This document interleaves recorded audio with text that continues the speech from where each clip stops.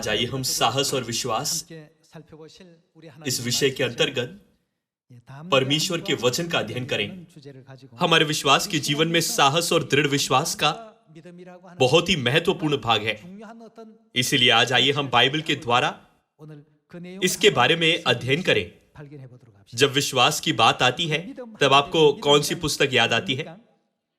आइए हम इब्रानियों अध्याय 11 वचन 1 पर एक नजर डालें। अब विश्वास आशा की हुई वस्तुओं का निश्चय। विश्वास बहुत ही महत्वपूर्ण कारक है जिसके द्वारा हमारी आशा और चाहत साकार होती है। अब विश्वास आशा की हुई वस्तुओं का निश्चय और अनदेखी वस्तुओं का प्रमाण है। विश्वास के बारे में कहो तो परमेश्वर उससे कितना प्रसन्न होते हैं। आइए हम वचन 6 देखें। और विश्वास बिना क्या अनहोना है? उसे प्रसन्न करना अनहोना है। हम विश्वास के बिना परमेश्वर को कभी प्रसन्न नहीं कर सकते। जब हम विश्वास से प्रचार करें तब हम उन परिणामों को प्राप्त कर सकते हैं जिससे परमेश्वर प्रसन्न होते हैं। जब हमारे पास विश्वास होता है तब साहस आता है। सभी लोग, हमें कब डर लगता है? जब हम विश्वास खोते हैं तब हमें डर लगता है। परंतु जब हमारे पास विश्वास होता है तब हमारा मन साहस से भर जाता है ना? वचन 6, और विश्वास बिना उसे प्रसन्न करना अनहोना है, क्योंकि परमेश्वर के पास आने वाले को विश्वास करना चाहिए कि वो है और अपने खोजने वाले को प्रतिफल देता है। विश्वासी से नूह ने उन बातों के विषय में जो उस समय दिखाई न पड़ती थी चेतावनी पाकर भक्ति के साथ अपने घराने के बचाव के लिए जहाज बनाया। परमेश्वर ने बहुत सी अलग अलग स्थितियों में अपने लोगों को विश्वास करने को कहा। एक विश्वास था जो परमेश्वर चाहते थे कि नूह के पास हो। आइए हम वचन 8 देखें। विश्वासी से इब्राहिम जब बुलाया गया तो आज्ञा मानकर ऐसी जगह निकल गया जिसे मिरास में लेने वाला था, और यह न जानता था कि मैं किधर जाता हूं, तो भी निकल गया। वह सिर्फ परमेश्वर पर निर्भर होकर गया। वचन 11, विश्वासी से सारा ने आप बूढ़ी होने पर भी गर्भ धारण करने की सामर्थ्य पाई, क्योंकि उसने प्रतिज्ञा करने वाले को सच्चा जाना। आइए हम वचन 23 देखें। विश्वासी से मूसा के माता पिता ने उसको उत्पन्न होने के बाद 3 महीनों तक छिपा रखा, क्योंकि उन्होंने देखा कि बालक सुंदर है और वे राजा की आज्ञा से न डरे। यहां हम देख सकते हैं कि मूसा के माता पिता ने भी मूसा को बढ़ाने में परमेश्वर की इच्छा का पालन किया, है ना? वचन 24 देखें। विश्वासी से मूसा ने सयाना होकर फिरौन की बेटी का पुत्र कहलाने से इनकार किया, इसीलिए कि उसे पाप में थोड़े दिन के सुख भोगने से परमेश्वर के लोगों के साथ दुख भोगना अधिक उत्तम लगा। उसने मसीह के कारण निंदित होने को मिस्र के भंडार से बड़ा धन समझा, क्योंकि उसकी आंखें फल पाने की ओर लगी थी। यहां हम बहुत प्रकार के विश्वास देख सकते हैं। विश्वास जो परमेश्वर चाहते थे कि मूसा के पास हो और मूसा के माता पिता के पास हो, और विश्वास जो परमेश्वर चाहते थे कि सारा के पास हो और अब्राहम के पास हो और नूह के पास हो, है ना? तब वो किस प्रकार का विश्वास है जो परमेश्वर चाहते हैं कि इस युग में लोगों के पास हो। विश्वास के पूर्वजों के पास परमेश्वर से जुड़ी चीजों पर विश्वास था। परमेश्वर चाहते हैं कि सारी मानव जाति परमेश्वर के साथ संबंध में विश्वास रखें। अब्राहम ने परमेश्वर के प्रति आवश्यक विश्वास के अनुसार जीवन जिया, और ऐसे ही नूह ने, सारा ने, मूसा ने और मूसा के माता पिता ने भी किया। वे सभी विश्वास के मार्ग पर चले जिसकी परमेश्वर ने अपेक्षा की थी। उन मार्ग पर उन्होंने अपना साहसी विश्वास दिखाया। हर युग में उन्होंने विश्वास के साथ जो परमेश्वर चाहते थे परमेश्वर का पूरी तरह से पालन किया। तब क्या हुआ? जिसकी उन्होंने आशा की थी वो वास्तव में प्रकट हुआ, है ना? विश्वास ऐसी चीज नहीं है जिसे हम देख सकते हैं, लेकिन वो हमारी आशा को सच करने की भूमिका निभाता है। विश्वास अदृश्य दुनिया की चीजों को दृश्य दुनिया की चीजों के रूप में बनाता है। यही विश्वास है। तब किस प्रकार का विश्वास परमेश्वर चाहते हैं कि हम इस युग में रखें? आइए हम मत्ती अध्याय 24 वचन 14 पर जाएं। और राज्य का यह सुसमाचार सारे जगत में प्रचार किया जाएगा कि सब जातियों पर गवाही हो, तब अंत आ जाएगा। यह किसका वचन है? यह पुत्र परमेश्वर यीशु मसीह ने कहा जब वे 2000 वर्ष पहले शरीर में आए थे।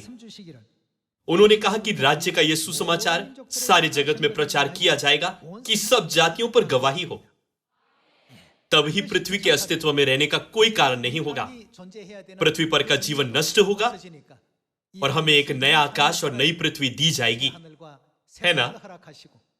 स्वर्ग का राज्य जहां न मृत्यु, न दुख और न पीड़ा है,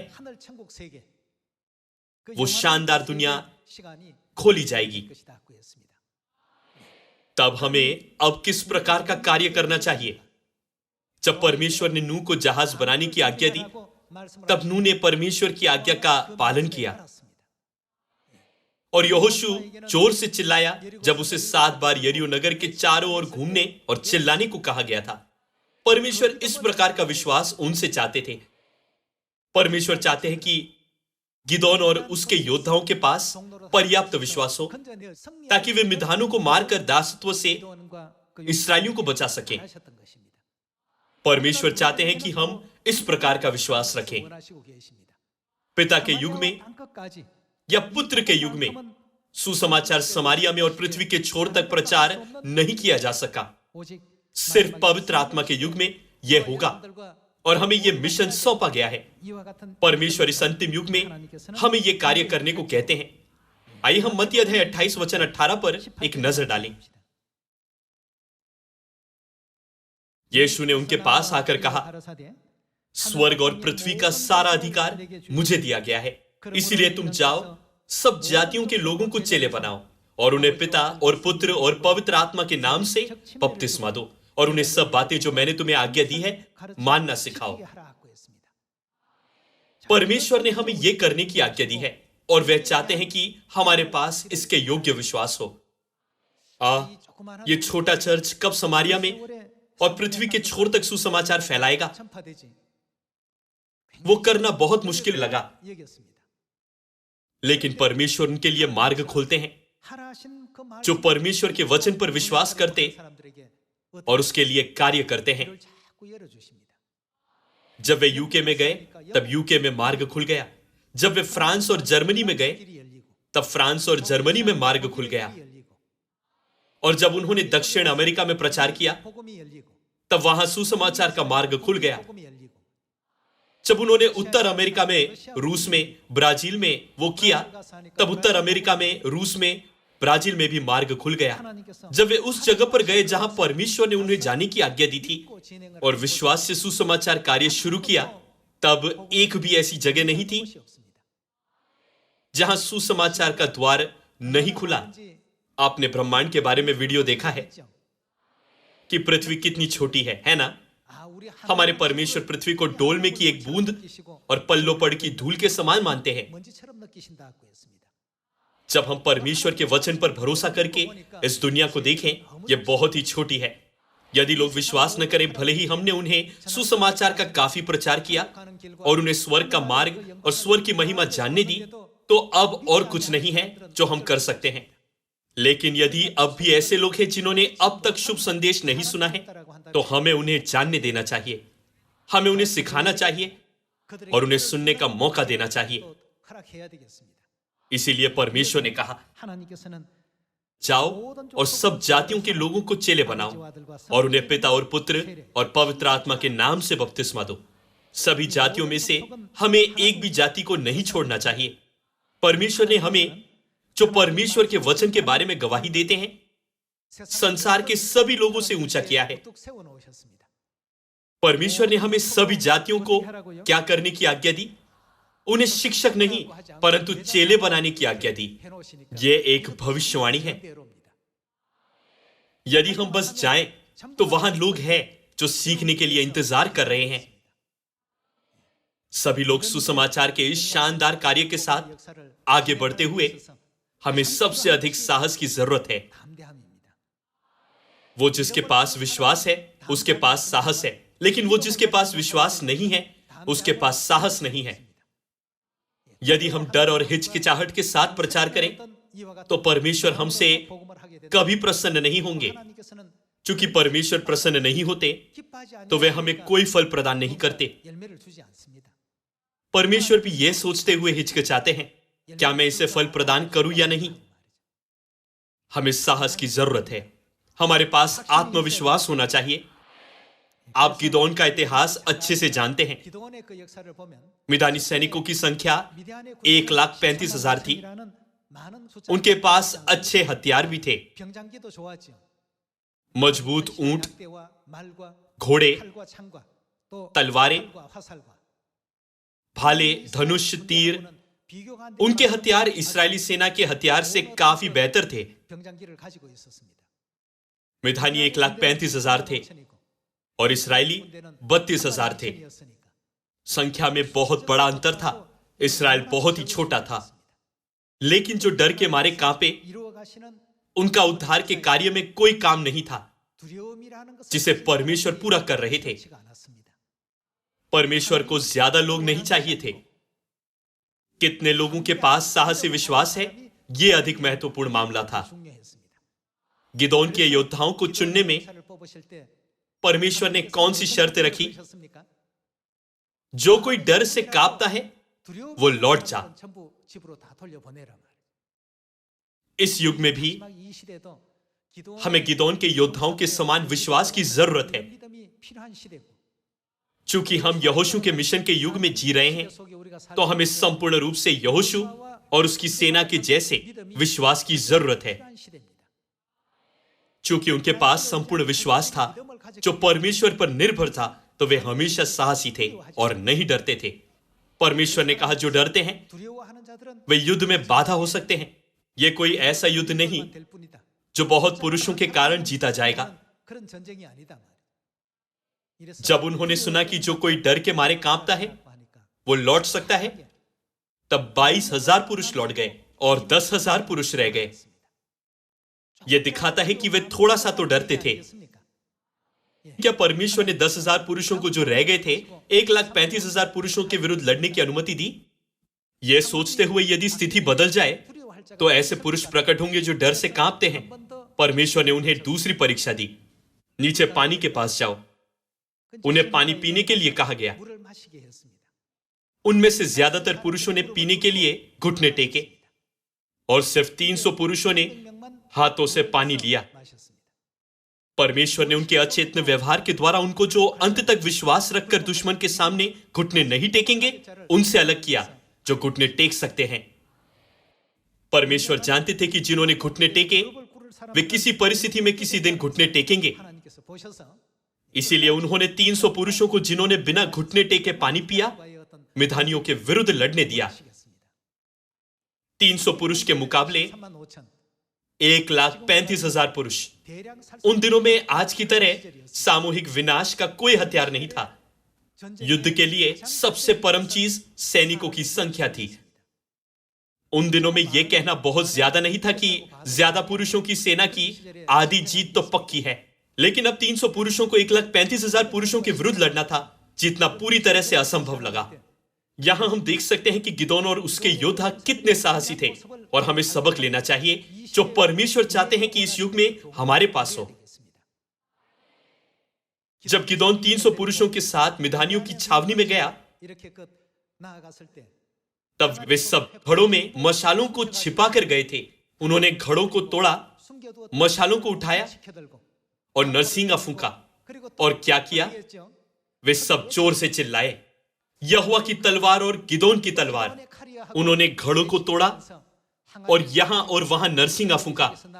घड़ों को तोड़ने की आवाज ने शांति को तोड़ दिया। तोड़ने की आवाज यहां और वहां सुनाई दी। उनके चारों ओर बड़े शोर से नरसिंगे फूंके गए। सो रहे मिधानी उठे और सोचा कि अपने सेनावास में दुश्मन आ गए हैं। चूंकि अंधेरा था तो उन्होंने हर किसी को जिसे वे मिले दुश्मन समझा, तो वे एक दूसरे को मार डालने लगे। इस तरह 1,20,000 पुरुष मर गए। सभी लोगों, बाइबल के सभी उल्लेख हमें सिखाने के लिए लिखे गए हैं। यहां हमें हमारे लिए सबक खोजना चाहिए। भले ही हमें सुसमाचार प्रचार करने का मिशन दिया गया है, लेकिन यदि हम काफी साहसी नहीं परंतु हिचकिचाते हैं तो दुश्मन का मनोबल ठीक मिधानियों की तरह मजबूत हो जाता है। लेकिन जब इस्राएलियों ने घड़ों को तोड़ा, मशालों को ऊपर उठाया और जोर से चिल्लाए, तो उनकी परिस्थितियां किसके पक्ष में बदलने लगी? परमेश्वर के पक्ष में बदलने लगी, है ना? चूंकि वे जोर से चिल्लाए तो परमेश्वर ने सभी चीजों को उलट दिया। जैसे समय बीत गया, दूसरा पक्ष कमजोर और कमजोर बनने लगा। इस ओर किसी को चोट नहीं लगी। वे बस नरसिंगे फूंकते और चिल्लाते रहे, यहोवा की तलवार और गिदोन की तलवार। क्या हुआ होता यदि 300 पुरुष बिना विश्वास किए, ये सोचते हुए वहां गए होते कि यदि वे हमारी चिल्लाहट पर उठे तो वे हम पर पलटवार करेंगे और हम सभी को मार डालेंगे? यदि वे इस विचार से चिल्लाते तो उनकी चिल्लाहट अंत में व्यर्थ होती। स्थिति उनके विचार के अनुसार होती और उन पर पलटवार किया जाता। लेकिन उन्होंने संपूर्ण विश्वास से किया। वे आत्मविश्वास से जोर से चिल्लाए। चूंकि वे साहस से चिल्लाए तो दुश्मनों ने सोचा वे बहुत साहसी है, वे संख्या में बहुत होंगे। उन्होंने कल्पना भी नहीं की कि सिर्फ 300 पुरुष आए। इसलिए जिस किसी को उन्होंने अपनी आंखों के सामने देखा उसे दुश्मन समझकर एक दूसरे को मारने लगे। सभी लोगों, इसीलिए हमें साहस की जरूरत है। जब परमेश्वर ने गिदोन के योद्धाओं को चुना तब कोई दूसरी योग्यता नहीं थी। धन या अच्छी सेहत या अधिक ज्ञान, ऐसी चीजें बेकार थी। किसके पास परमेश्वर पर संपूर्ण विश्वास है, यही योद्धा के रूप में चुने जाने की योग्यता थी। बाइबल कहती है कि हमें आज सुसमाचार सैनिक होने के लिए बुलाया गया है ना? वो ये भी कि जब कोई योद्धा लड़ाई पर जाता है तो इसीलिए कि अपने भर्ती करने वाले को प्रसन्न करें, अपने आप को संसार के कामों में नहीं फंसाता। हमें सिर्फ परमेश्वर को प्रसन्न करने वाली इच्छा पर ध्यान देना और उसका पालन करना चाहिए। इस्राएलियों का साहस उन सभी को मिधानियों की उत्पीड़न से बचाने के लिए प्रेरणा शक्ति बना। उनका साहस कहां से आया है? वो अपने विश्वास से आया। उन्होंने सोचा चूंकि परमेश्वर हमारे साथ है तो उनसे डरने का कोई कारण नहीं है। हम बिल्कुल नहीं डरते। जब कभी आपको डर लगे तो शनि ग्रह से देखी गई पृथ्वी के बारे में सोचिए। पृथ्वी कैसे दिखती है? वो एक छोटे से बिंदु की तरह दिखती है। इस छोटे से ग्रह पर चाहे किसी का पद कितना ही ऊंचा क्यों ना हो, चाहे वो कितना ही अमीर क्यों ना हो और चाहे उसका ज्ञान कितना ही गहरा क्यों ना हो, ऐसा कोई नहीं है जो गर्व कर सकता है। परमेश्वर ने हम सभी को स्वर्गीय शाही याजक के रूप में नियुक्त किया है। कोई भी दूसरे से अधिक ऊंचा या अमीर या बड़ा नहीं है ना? जब हम शक्तिशाली रूप से इस सुसमाचार का प्रचार करें तब हमारे आसपास सब कुछ बदलता है। आइए हम निश्चित ही इसे याद रखें। यहोशू की सेना के लिए भी ऐसा ही है। जब तक वे 7 बार यरीहो नगर के चारों ओर नहीं घूमे तब तक नगर के अंदर के लोग साहसी थे। उन्होंने सोचा वे हमसे डरते हैं क्योंकि हम पूरी तरह से तैयार हैं, वे हम पर हमला नहीं कर सकते। उन्होंने ऐसे 7 दिनों तक सोचा था, लेकिन कुछ होने के बाद चीजें बदलने लगी। वो क्या था? जब उन्हें साहस से चिल्लाने को कहा गया था, तब उन्होंने क्या किया? वे सभी एक साथ यरीहो की ओर चिल्लाए। फिर क्या हुआ? नगर की शहरपनाह स्वयं ही गिर गई। परमेश्वर ने इस इतिहास को बाइबल में क्यों दर्ज होने दिया? यह इसीलिए क्योंकि वो हमें एक सबक देना चाहते हैं। हमें गिदोन और यहोशू के इतिहास से आखिरकार यह सीखना है कि हमें साहसी होने की जरूरत है।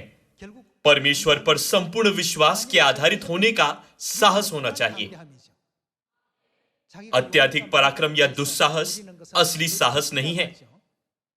सिर्फ जब हम अपने हृदयों में परमेश्वर को रखें, तब ही हम सच्चा साहस और निडरता पा सकते हैं, है ना?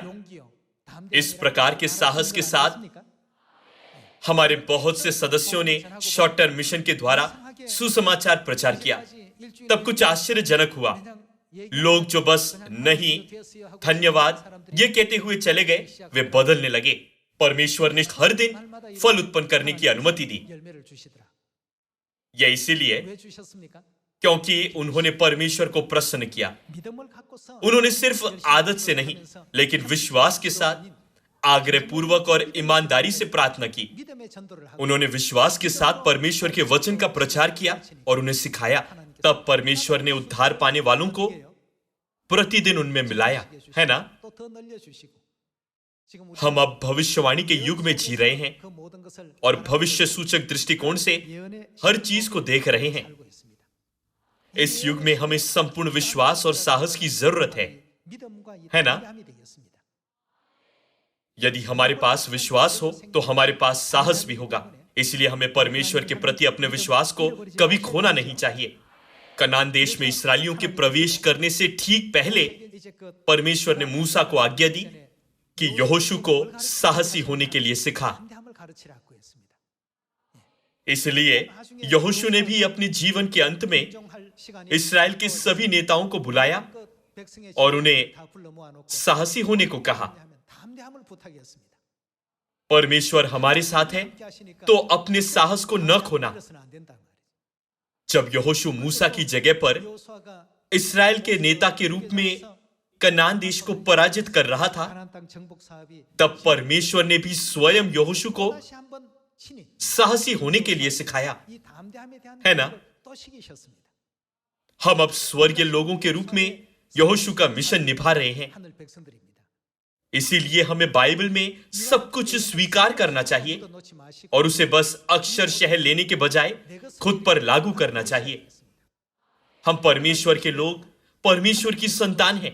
यदि हम इस युग में परमेश्वर से अधिक आशीष पाना चाहते हैं, तो पहले हमारे पास साहस होना चाहिए। साहस के बिना कोई भी परमेश्वर के द्वारा चुना नहीं जा सकता। इसीलिए बिल्कुल मत डरिए। उस क्षण से जब से हमें दुश्मनों से डर लगने लगे, सुसमाचार का द्वार बंद हो जाएगा। हमें हमेशा याद रखना चाहिए कि परमेश्वर हमारे साथ है और यह कि हम अपना खुद के कार्य पर नहीं परंतु परमेश्वर के कार्य पर जा रहे हैं। ऐसा न सोचिए मैं कैसे धारा प्रवाह बात कर सकता हूं कि उस व्यक्ति का मन खुले और वह मेरे शब्द पर कान देगा।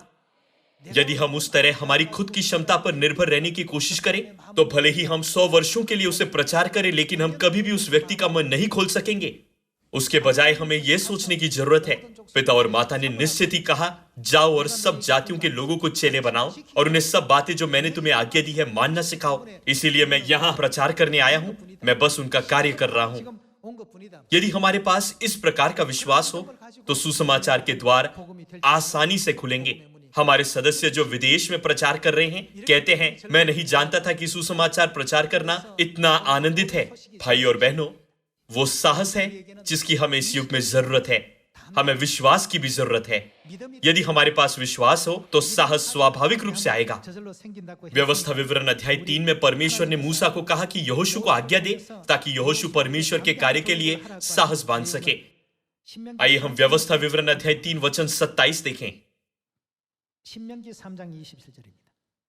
पिसगा पहाड़ की चोटी पर चढ़ जा और पूर्व पश्चिम उत्तर दक्षिण चारों ओर दृष्टि करके उस देश को देख ले, क्योंकि तू इस यर्दन के पार जाने न पाएगा। मूसा को यर्दन के पार जाने की अनुमति नहीं थी और उसने इस पृथ्वी पर पिसगा में अपने आखिरी क्षण बिताए। वचन 28, और यहोशू को आज्ञा दे और क्या? 어떻게 하라고요? उसे धाड़स देकर दृढ़ कर।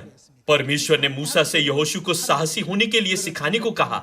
उसे धाड़स देकर दृढ़ कर, क्योंकि इन लोगों के आगे आगे वही पार जाएगा और जो देश तू देखेगा उनको वही उनका निज भाग करा देगा। यदि साहस की कोई जरूरत नहीं होती तो परमेश्वर ने मूसा को बार बार यहोशू को 여호수아에게 साहसी होने के लिए धाड़स देने नहीं कहा होता। 필요가 있었겠습니까?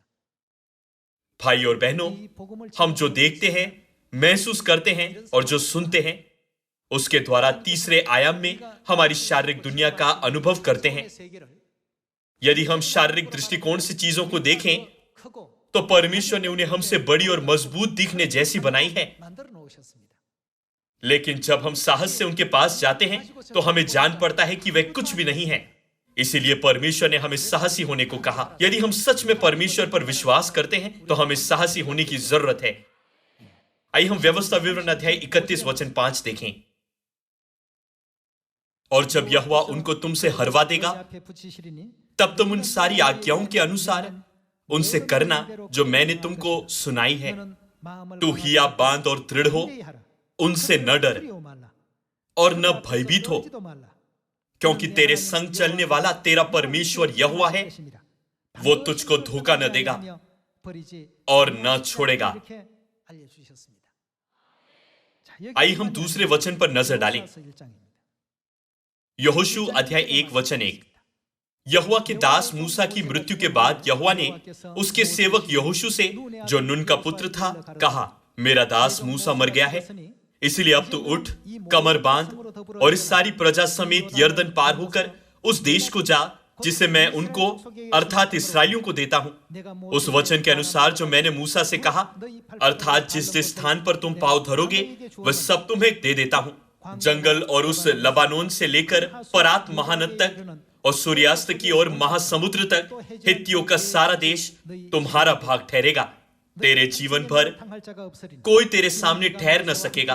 जैसे मैं मूसा के संग रहा वैसे ही तेरे संग भी रहूंगा, और न तो मैं तुझे धोखा दूंगा और न तुझको छोड़ूंगा। इसीलिए हियाब बांधकर, यह दृश्य है जहां परमेश्वर सीधे यहोशू को निर्देश देते हैं, 하시는 장면입니다. दृढ़ हो जा, क्योंकि जिस देश के देने की शपथ मैंने इन लोगों के पूर्वजों से खाई थी उसका अधिकारी तू इन्हें करेगा। इतना ही हो कि तू क्या, 마음을 강하게 하고 हियाब बांधकर और उस हद तक साहसी होना जिस हद तक तुम्हें कोई डर न लगे, 함대할 수 없는 और बहुत दृढ़ होकर जो व्यवस्था मेरे दास मूसा ने तुझे दी है उन सब के अनुसार करने में चौकसी करना, और उससे न तो दाहिने मुड़ना और न बाएं। तब जहां जहां तू जाएगा वहां वहां तेरा काम सफल होगा। सिर्फ जब हम साहसी होते हैं तब सफल हो सकते हैं। परमेश्वर ने नूह को जहाज बनाने के लिए पर्याप्त विश्वास रखने दिया। 믿음을 परमेश्वर ने अब्राहम को पर्याप्त विश्वास रखने को कहा कि वो अपने इकलौते पुत्र इसहाक को मोरिया पर्वत पर बलि करे। 믿음을 요구하셨고 आज परमेश्वर चाहते हैं कि हमारे पास पर्याप्त विश्वास हो कि हम पृथ्वी की छोर तक जाकर सब जातियों के लोगों को चेले बना सकें। 믿음을 원하고 있습니다. तब क्या हमें विदेश ही जाना चाहिए? यदि आप विदेश जाने की परिस्थिति में न हो तो आप आपके खुद के देश में प्रचार कर सकते हैं। तो फिर हमें कैसे प्रचार करना चाहिए? साहस के साथ, दृढ़ होकर। यदि हम अपना साहस खो दें तो हम सफल नहीं हो सकते। इसलिए परमेश्वर ने हमें साहस के साथ प्रचार करने को कहा है।